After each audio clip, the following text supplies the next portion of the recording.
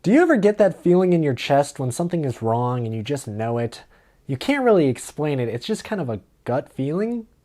Well, whenever I say Batman Forever for the SNES, I get that feeling. What do you think that means?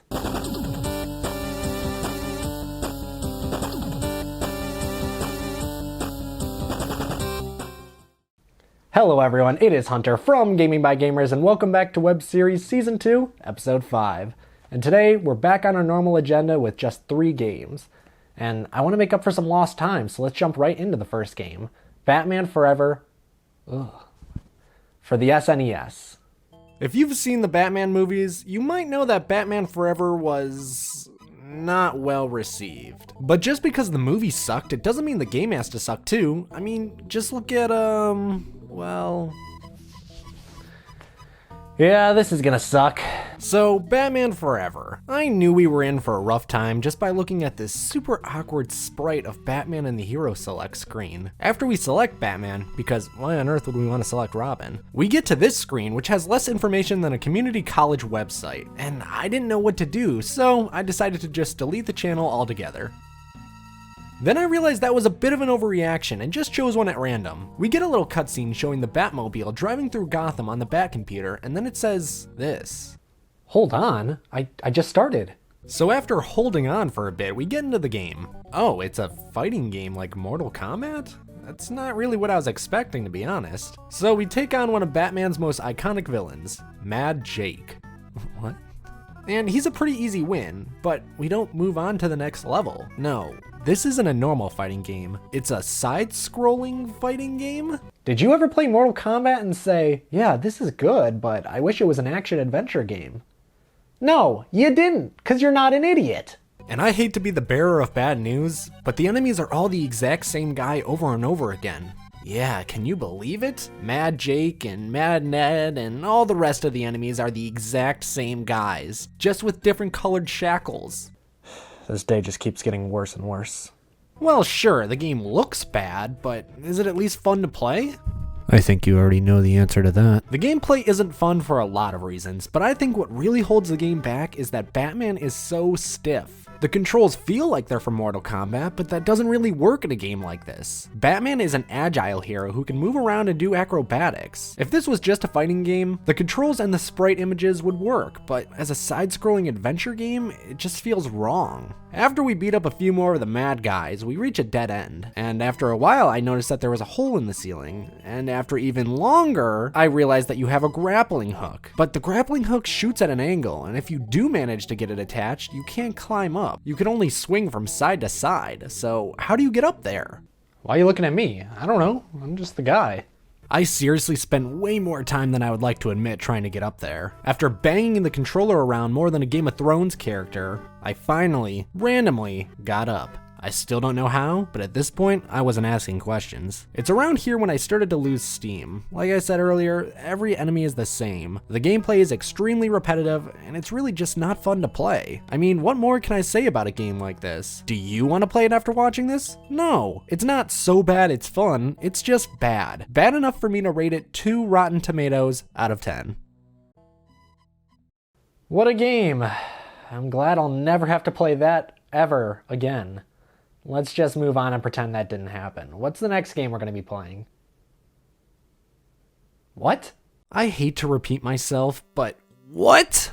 What is this? Well, this is The Adventures of Batman and Robin Cartoon Maker. I really debated about playing this because does this really count as a game? Well, I didn't want to disappoint the 3 Batman and Robin Cartoon Maker fans out there, so I decided I'd check this out really quick. It's kind of like Paint, or if you went to elementary school around the same time I did, it really reminded me of Kid Pix. You can just draw like it's Paint, but what separates this game is the Batman theme. You could choose different backgrounds to draw or make scenes on. You can also choose stickers that feature Batman and friends. Here's my real problem with this entire thing though. These aren't even PNG files, so when you place them down, you still get the white background. What an oversight! How did it get released like this? With these constraints, how will I create the fanfic I've always wanted? Well, I seriously wish there was more to say about this. I mean, really, what you see is what you get. I tried recreating the Gaming by Gamers logo and remembered pretty quickly why I hired a graphic designer. If I was a kid, I'm sure my mom could put this in front of me to get me out of her hair for a little bit, but even then, I'm pretty sure I'd get bored quickly. I'm gonna have to give this game 4 JPEGs out of 10.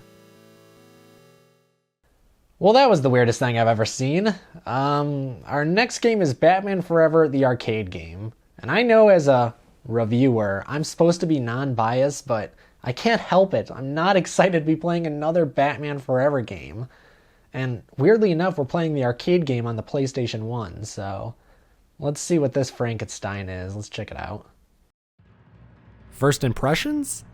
Finally, a game for the rest of us! So after the spin cycle and 40 minutes in the dryer, Batman is ready to play. I started this up with no idea what to expect or how to play. Then they drop you into what I can only describe as advanced sink or swim. Within the first 2 seconds, you have 3 enemies on screen and they're coming after you. Then I pressed like 2 buttons at random and then all of a sudden this started happening. I was having information overload. I mean, look at everything on screen. How am I supposed to keep track of everything? After playing for a few minutes, you realize that the bat symbols are just collectibles to increase your score, the power-ups make you stronger, and the labeled power-ups give you a special ability. Let's talk about those special abilities. I didn't even know how to use them at first, but the grappling hook lets you clear out enemies in your path and then do a slam attack. The batarang lets you attack from afar. The laser disintegrates people down to their bones. Then we have a stun bomb that turns Batman into Ant-Man. And finally we have... wait, what? What the hell was that? I don't know what this is. I don't know how that happened. All I know is that a few times in the game, Batman goes Super Saiyan. One for all, 100%, full-on anime protagonist, whatever you want to call it. But this is the craziest thing I've ever seen. This game just has the pedal to the floor at all times. There is always a ton of enemies that you're just tossing around, and man, does it feel good to hit these guys. Even the stage end screen is wild. I mean, listen to how enthusiastic this guy is about bat symbols. Bat symbols bonus. So far, this game is pretty kick-ass, but there are some downsides. First, what the hell is going on screen that is. This UI is more cluttered than my room, and the other major problem I have with the game is the backgrounds. I know it's just an arcade beat 'em up, but the levels don't feel very inspired. Just alleyways and every once in a while a rooftop. That's really it for the negatives, and also the positives. There really isn't much to the game. I mean, it's an arcade game ported to the PlayStation. There was never any intention on it being some huge, complicated game. If you're wondering if you should play it, I say yes, if not for the fact that you get to see Batman doing this. Overall, I had a lot of fun with the game. I'm gonna be giving it 8 arcade machines out of 10.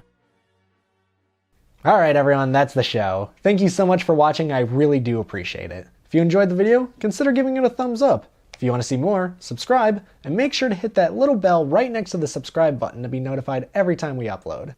Thank you again so much for watching, and have a great day.